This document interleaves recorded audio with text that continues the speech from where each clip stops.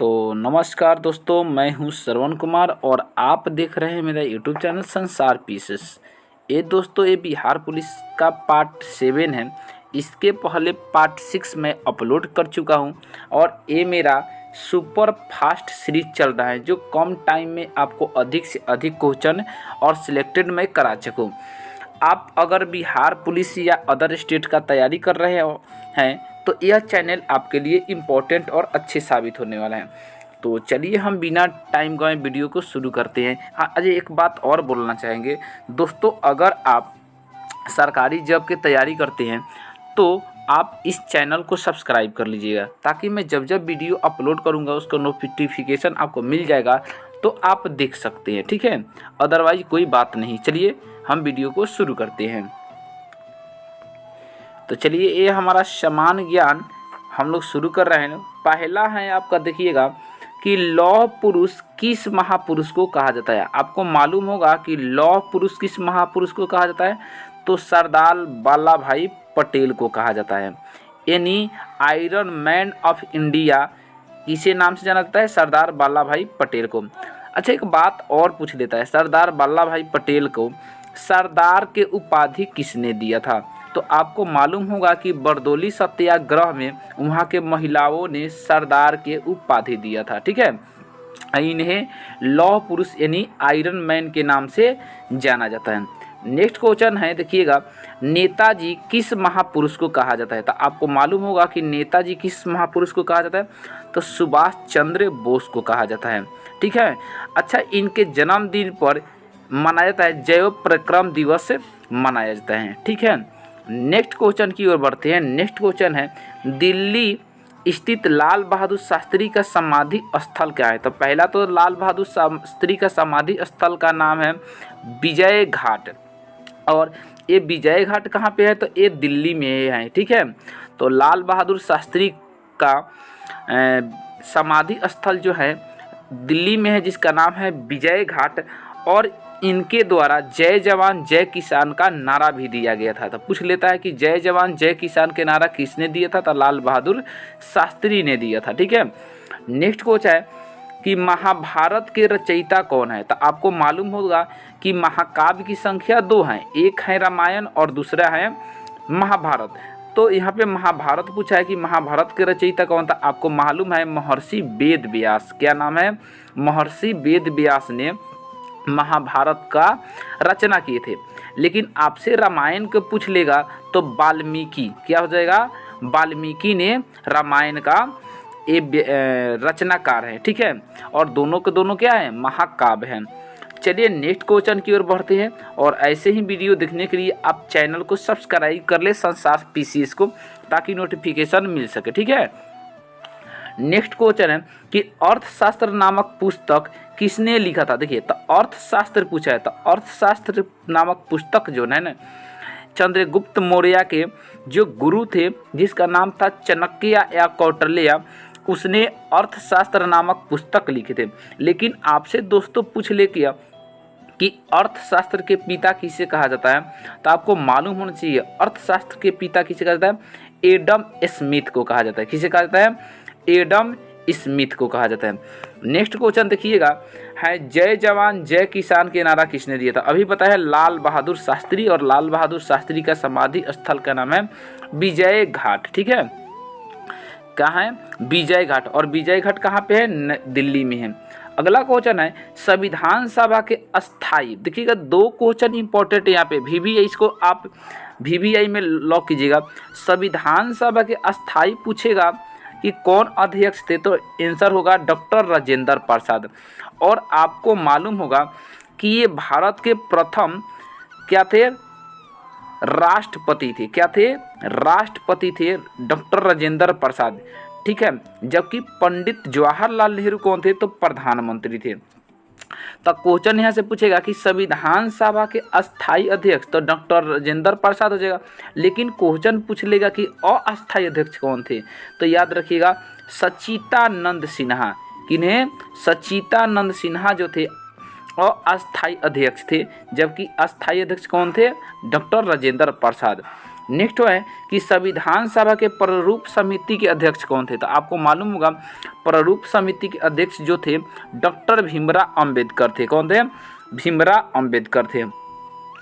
Next question है कि red cross दिवस किस तारीख को मनाया जाता है? दोस्तों आपको मालूम होगा कि रेड क्रॉस दिवस 8 मई को प्रतिवर्ष मनाया जाता है। अगला क्वेश्चन है कि सूर्योदय का देश यानी सबसे पहले कौन सा देश में सूर्य दिखाई देता है? तो आंसर हो जाएगा जापान। क्या हो जाएगा दोस्तों? उगते हुए सूर्य का देश जापान को कहा जाता है। जबकि डूबते हुए मतलब कहाँ पे सूर्य अस्त होता है? तो ब्रिटेन में। अब दोस्तों अगर भारत की बात की जाए तो सबसे पहले सूर्य कौन सा राज्य में दिखाई देता है? तो आपको मालूम होगा कि सबसे पहले सूर्य जो होता है ना अरुणाचल प्रदेश में यानी भारत के पूर्वोत्तर राज्य में दिखाई देते हैं। जबकि सबसे अंतिम बार किस राज्य में सूर्य अस्त होता है? तो आपको मालूम होगा गुजरात में।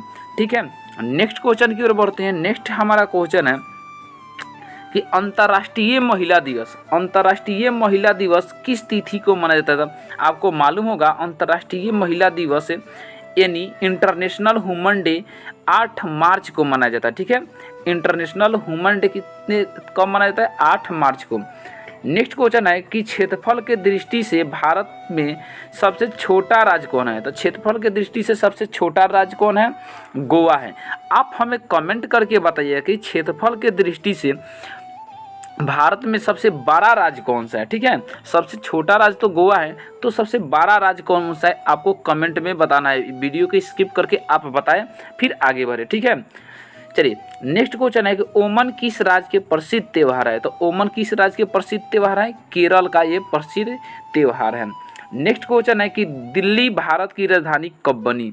तो आपको मालूम होगा दिल्ली भारत की राजधानी जो ना प्रस्तावित हुआ था 1911 में। इसके पहले भारत की जो राजधानी था ना कोलकाता था।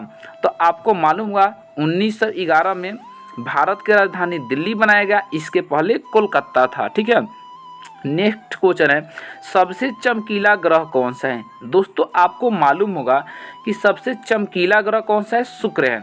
और शुक्र को कई नाम से जाना जाता है, morning star, evening star.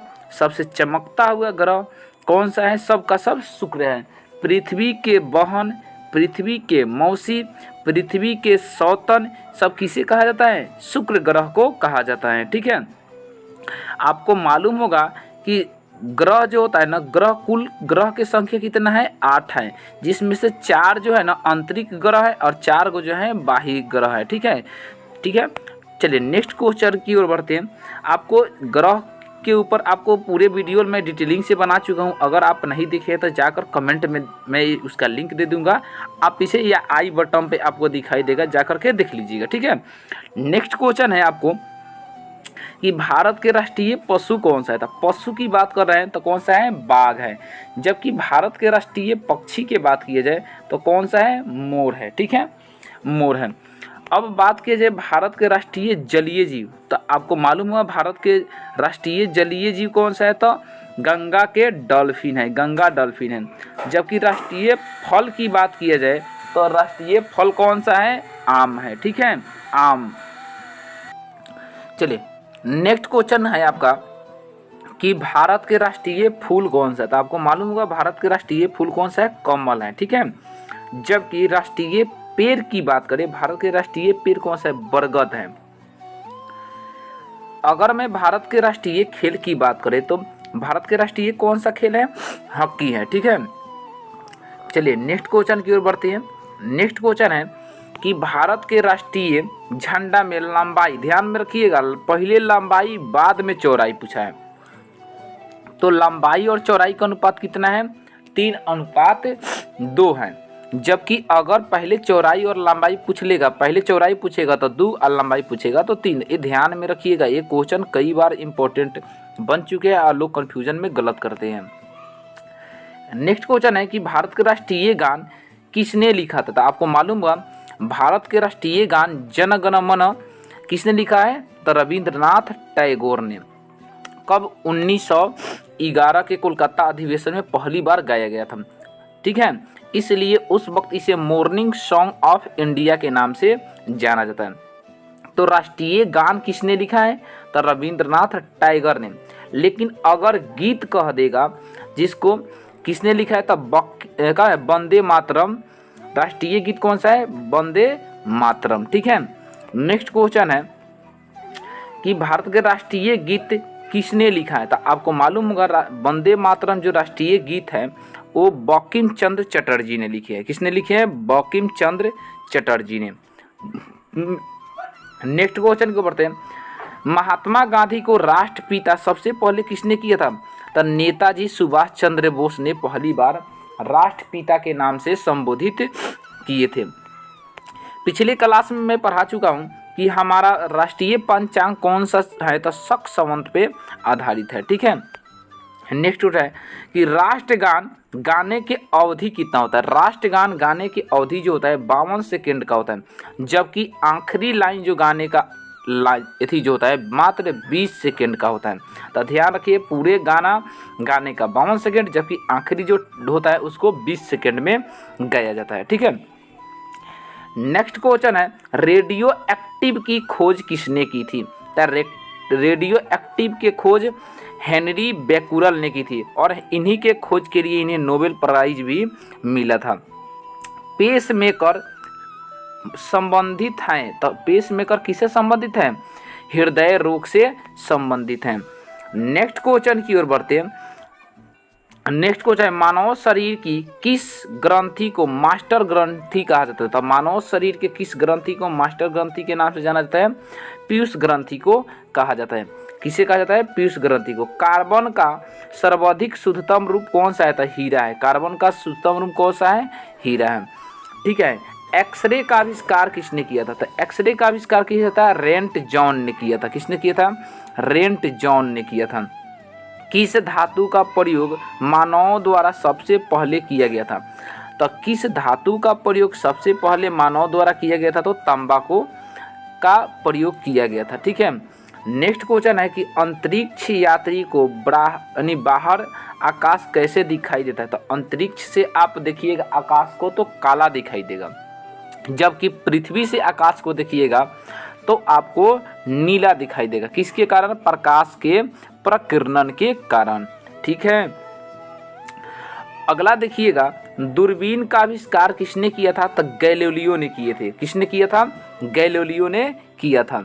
Next आपका है दिल्ली स्थित महात्मा गांधी के समाधि स्थल का नाम क्या है? राजघाट। क्या नाम है बबुआ? राजघाट। नेक्स्ट क्वेश्चन है कि भारत में पहली रेल कहां से कहां तक है? तो मुंबई से थाने मात्र 34 किलोमीटर 1853 ईस्वी में चलाया गया था। भारत में पहली बार मेट्रो रेल सेवा किस नगर में प्रारंभ हुई? तो भारत में पहली बार मेट्रो सेवा किस राज्य में प्रारंभ हुई? तो कोलकाता में। ठीक है। नेक्स्ट क्वेश्चन है और अंतिम है भारत में रेल का प्रारंभ किस सन में हुआ था? तो लॉर्ड डलहौजी के शासनकाल में 1853 में। तो ये आपका वीडियो कैसा लगा? अगर वीडियो आपको अच्छा लगा है तो चैनल को सब्सक्राइब कीजिए और नई बार है तो इसे शेयर भी कीजिए, ताकि आपको ये जो बिहार पुलिस का तैयारी करना चाहता है उसके पास ये पहुंच सके और वो भी अच्छे से तैयारी कर सके। तब तक के लिए मैं मिलूँगा नेक्स्ट वीडियो में। जय हिंद। हाँ, एक दोस्त और बात बताना चाहूँगा, आप अगर ऑनलाइन रोज़ टेस्ट देना चाहते हैं तो आप मेरे पहले जो चैनल के नाम था स्टडी 9852 उसको टेलीग्राम में सर्च कर ले। मैं रोज़ क्वेश्चन डालता हूँ, उस पर जाकर टेस्ट भी लगा। ठीक है। चलिए मिलेंगे नेक्स्ट वीडियो में। जय हिंद।